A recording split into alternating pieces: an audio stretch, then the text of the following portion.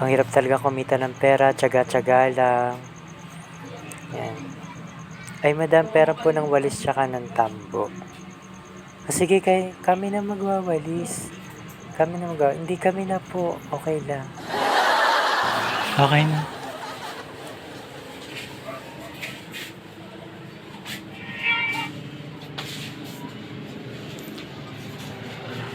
Pagod na pagod si Ashley ko, kawawa naman. Nakatatlo kasi kami kanina. Hayaan mo mamaya imamassage kita.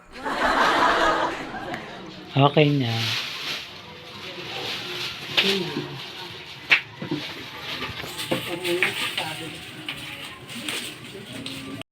Okay na po. Ay,